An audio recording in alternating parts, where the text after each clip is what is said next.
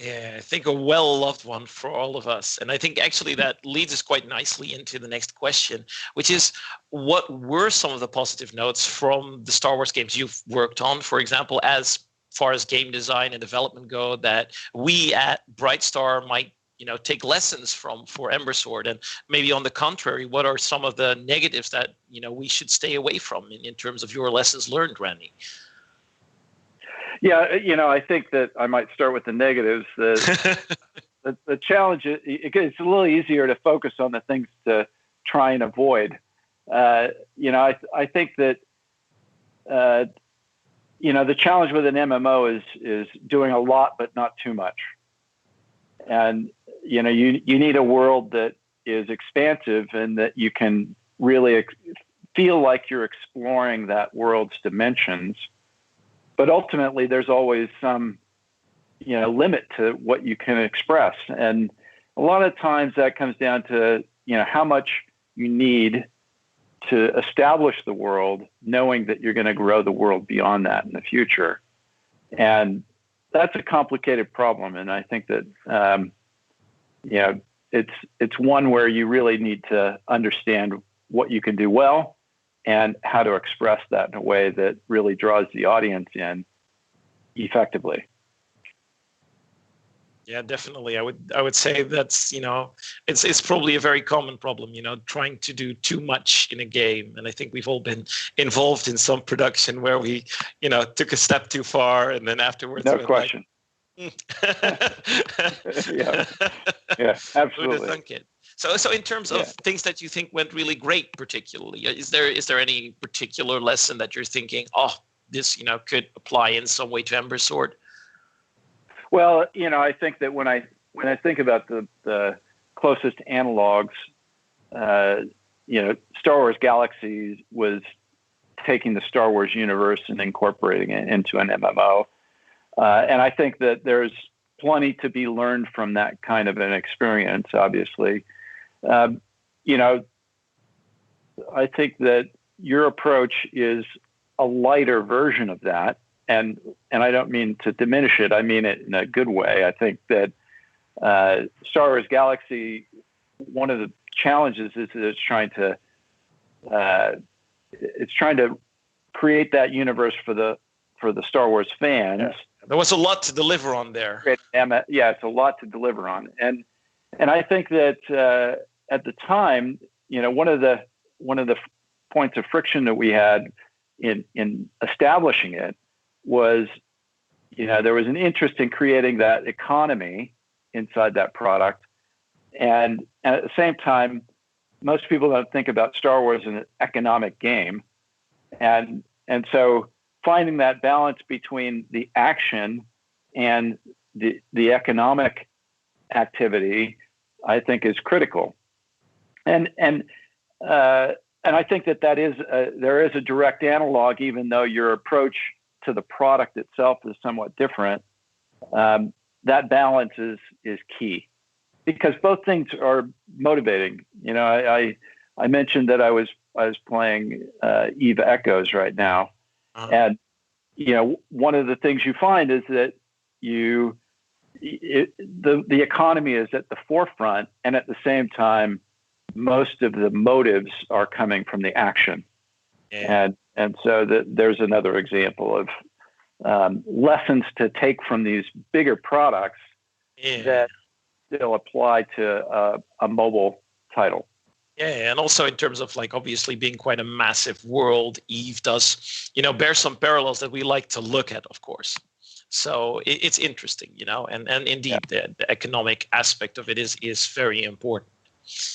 So maybe that kind of delves immediately into some more Ember Sword related matters. So we have a question here. Are PvP zones going to be free for all, or will you be able to go in with a team or with members from your guild? So I kind of have to break this down. So, we've got the safe areas, which are kingship territories, right?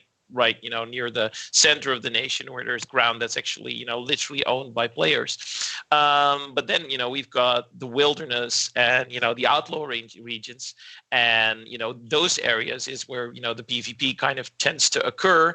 And yeah, you can actually, certainly, if you're in the wilderness, it's already more regulated. It's, you and your nation versus maybe other nations. Maybe, when you get to the outlaw regions, it gets a little bit more free for all, and it's you and your party, against whoever you're trying to rob next, potentially, right? But yeah, that's kind of how we've broken it up. But you can definitely team up. I think, MMOs are like eminently social, and what cooler thing is there? And I can go back even to games that did not have this mechanic where everyone could shoot everyone, and there'd still be like three of us sitting out in a corner waiting for someone to ambush as a bunch of pirates, if you will. Yeah, well, and real life has the reality is that in ancient times, if you were on a road that was far from a city, you were more exposed. It's not a very different problem. And generally, most MMO titles, you start off in a close to a town, and you gradually expand your view of the world by moving outward. And so that sense of danger is progressive, and it's kind of a natural effect of that. The example of Eve again, they have the same kind of concept. They have planets that are close to the center of the solar, or the center of the universe, or center of the constellations, that are safer, that are more protected. And then as you go to the outer regions, there's less protection. And so I think that metaphor holds up. Yeah, definitely. I think it's also that interesting risk-reward interplay, right? Where you're like going up, I can go further out, but, the more risk and more reward, the further I go out, which I think kind of ties into the other question we've got here, which is whether or not there will at some point down the line be something like flight or flying of some sort, or, if that's not an option, some type of fast travel. And then say, of course, the amount of goods that you can carry could be restricted. And I think, that's an interesting one to kind of relate to that. Because, there's a lot of things going on in Ember Sword. We have this, sort of technology that's almost like magic because, the people don't quite understand it anymore. We've shown some glimpses already of a portal in some of our imagery. So there is definitely some notion of fast travel going on. But yet at the same time, we want to have some of that locality and some of that risk-reward thing of actually physically making you go out there, for example, with a trading caravan and, take some resource into another nation and, maybe team up with your buddies to protect yourself against bandits along the way, when you're going through the wilderness and through the outlaw areas, right? Yeah. Yeah. And then, typically the resources that you're really striving for initially are they're less progressed, and so they tend to be more readily available, and they become more valuable as you require the player to progress.